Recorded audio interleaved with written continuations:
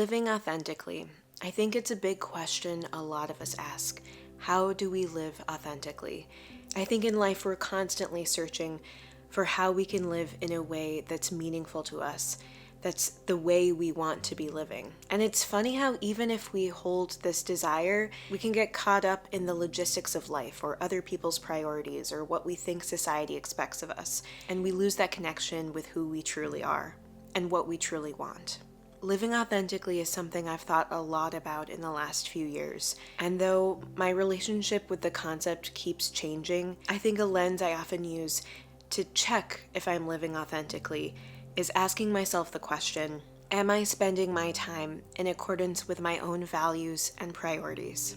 Time is the most precious commodity we have. And I know we've all heard that before, but if you actually take time to think about it, it's such an important principle to really dwell on. There's so many things throughout life that have ebbs and flows, but with time, there's only so much of it. And once you lose time, that time is gone forever. You can never get it back. And not only that, but we don't know how much time we have. So many people unfairly have their lives cut short, and the truth is, none of us know when or if that could happen to us. And so we need to take our time very seriously and give it the respect that it deserves. So I think part of this is really evaluating, what are my values? What are my priorities? How do I want to be spending my time? How am I growing, changing, evolving? And once you've clarified some of your values, I think there are several questions that at least help me figure out, am I spending my time in accordance with those values, or am I spending my time in an authentic way? So basically, I look at my time and I pick out the top things that I spend my time on, particular activities or things that I'm doing. And I ask myself 3 questions. 1, is this something I enjoy? Beyond anything else, even if it doesn't have some bigger purposeful meaning, is it something that I like, that brings me joy? Because sometimes those simple enjoyments can actually be quite meaningful. And sometimes I think what we naturally enjoy is a good indicator of maybe where our natural propensities or interests lie. And if we naturally enjoy something, that's probably a good indication that maybe it's something that we should pursue. But so rarely do we consciously ask ourselves, do I enjoy this thing that I do for a lot of time each week? Is it something I look forward to? Is it something that recharges me? So that's the first question. The second question I often ask myself is this something that improves the quality of my life? So even if it's not something that I naturally enjoy, is it something that does improve my quality of living or my lifestyle or how I'm spending my time?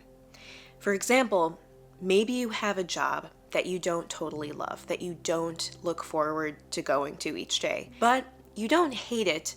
And it also is a job that's steady, that provides you healthcare, that provides you a steady paycheck, that gives you a sense of security and allows you to help provide for your family.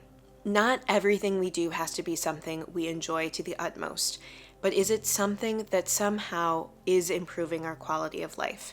Same with when we learn a new skill or we try out something new. Maybe when we first try it out, it's difficult, it's hard, it's not easy, and it might even feel unpleasant. But if it's something that we want to grow in learning how to do, it might improve the quality of our lives and be meaningful to us. A third question that I ask myself is this something that's meaningful to me? And obviously this is a little bit up to personal interpretation, but reckoning with what I'm doing with my time and whether that actually feels subjectively meaningful to me can tell me a lot about how authentic this aspect of my life is to me. Even if it's hard, is it somehow maybe helping my community or fulfilling some kind of desire I have to do something impactful for the world? I also think it can be simple things and slowing down. Like just the other weekend, I went with some of my family up north to Lake Superior, and we stayed at this beautiful lodge right on Lake Superior that had this rocky point that you could walk out to the tip of and just look out. That weekend was so meaningful to me. In a way, it was a simple trip. We just drove there and spent 2 nights. It wasn't some kind of ritzy trip across the world. But it was meaningful because I also got to spend time with my family, my parents, my sister, with Andy. We spent a lot of time playing games, laughing, talking, and we also spent time walking around and just being in nature. And so sometimes it's this subjective sense of what just feels meaningful to you, what's important to you, and making sure that you open up time in your life to be able to experience those things. Now, I think it's important to recognize what I don't think living authentically means is ignoring our responsibilities to other people. Basically, we often have real responsibilities for things we need to do that aren't the most fun, that might not feel the most meaningful, but might be really important to our family or our community. And so I don't mean just going off the deep end and forgetting all your responsibilities, but I do think there's an element of searching inward and really clarifying what is important to me. Also, I don't think that living authentically means that we're perfectly happy all the time, that we're never sad. Like, we don't have to be fully self-aware to live authentically, because ultimately there are always going to be facets of ourselves that we're getting to know that are also evolving, changing, growing. But I think the important part of living authentically is simply taking the time to check how we're spending our time and slowly, intentionally trying to live more in accordance with our values and what's important to us. If I'm honest, I think for a lot of my life, I wasn't entirely living authentically. I was often fueled by what I thought other people's expectations were of me, or filling some kind of role that I thought I was supposed to fill, checking boxes and achieving certain things that I thought I was supposed to achieve, also to prove to myself and to others that I was worthwhile. I pursued a whole career in psychology. I've talked about it before on this channel. I'll link some videos below if you're interested. I pursued a career in psychology. I got my PhD in clinical psychology, all trying, I think, if I'm honest, to prove to myself that I was worthwhile, that I had a distinct perspective. While I enjoyed the content of psychology and I was interested in the human mind, and there was an intrinsic interest in a lot of the topics and in research around psychology, ultimately I realized a big reason why I pursued that particular career path was because I thought, if I'm honest, I thought it would impress others. We're living not only on what other people think of us, but what we think other people think of us, which often isn't even accurate. Ever since I did a career change where I've worked now more in media creation, in podcasting, even on YouTube, I have felt that I'm actually enjoying the process of my work so much more, and that it's not just about the end product or about what other people think of me, it's about the process. And that's what I'm talking about, is how am I spending my time, and is that time consistent with what I enjoy, with what improves the quality of my life, or what's meaningful to me? And I think a huge part of this is slowing down, spending time in nature, spending time just thinking, journaling, reflecting on what is important to me, and is my life consistent with that? I also think that in the last few years, as I got my MS diagnosis, it added this other dimension that I had to consider when I think about how I spend my time. Because now not only am I thinking about how I'm spending my time, but also how I'm spending my energy, because how I spend my energy impacts how I spend my time. Because quite often, I just only have so much energy in a day. MS causes this very extreme fatigue for me, which before I experienced this kind of fatigue, I kind of doubted, if I'm honest, in other people. Like, when I heard about fatigue as a symptom, I didn't take it that seriously.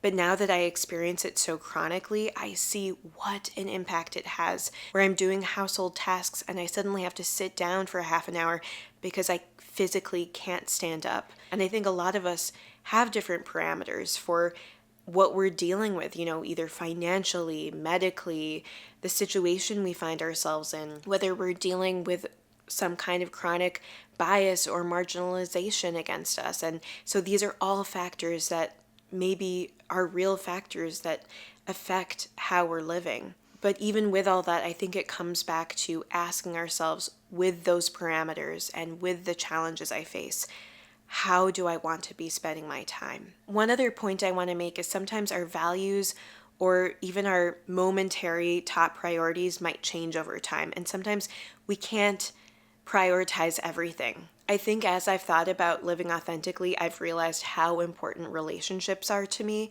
and that's where I want to foster growth and deepening of relationships that are meaningful to me, friendships, family, all of that.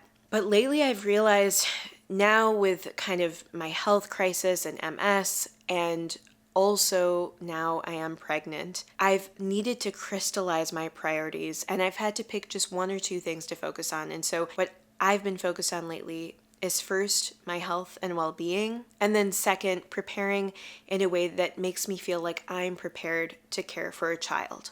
And that might look like several different things. Basically, for the first one, I do want to prioritize saving my energy, making sure that I'm doing things to take care of myself physically and also mentally. So recently, I actually purchased, for example, a walking pad to put in my basement because I think that is kind of a low friction or an easy way for me to get up and get moving. And I've also just done other things like giving myself maybe a little bit more space to try to rest, giving myself more permission to say no to social things or to just be a little bit less social or to initiate things a little less, just so my body has time to physically rest. And then as far as feeling like I'm in a place to care for a child, I think I've done things like I'm actually working more, I'm taking on more freelance jobs because I do want to save up a little bit financially to be prepared to take care of this child, especially because my husband Andy is going into cardiology fellowship, so his pay is going to take a hit. So I'm just trying to help bolster the logistical finances for us right now. And I also want to prepare the house. I want to make sure I'm logistically ready for the baby. I'm also spending time reading books and educating myself so that I'm prepared for this task. And I'm also just spending time making sure that I'm in a good mental health place to care for another human being. And so that just means, again, kind of soul searching, looking at my priorities, figuring out how I can make sure that I'm in a good place to take care of this baby. Ultimately, living authentically might look very different for different people, and there's not always a clear path, and we might not always know the answer, and we probably won't ever feel like we are fully content or that we're perfectly happy. You know, studying psychology, I've learned how I think people who try to find that perfect sense of happiness all the time are misled, in that being human means sometimes being sad, sometimes being happy, sometimes feeling excited, sometimes feeling dread. But what living authentically means to me is trying to have that sense of inner compass so that we're generally moving in the direction of what's important to us, even if there are bumps along the way. So this was just a simple video, simple concepts, maybe a reminder just to slow down, enjoy your day a little bit more. Take the time to prioritize yourself and what your values are. Thank you so much for spending this little bit of time with me, and I hope you have a wonderful rest of your day. Bye.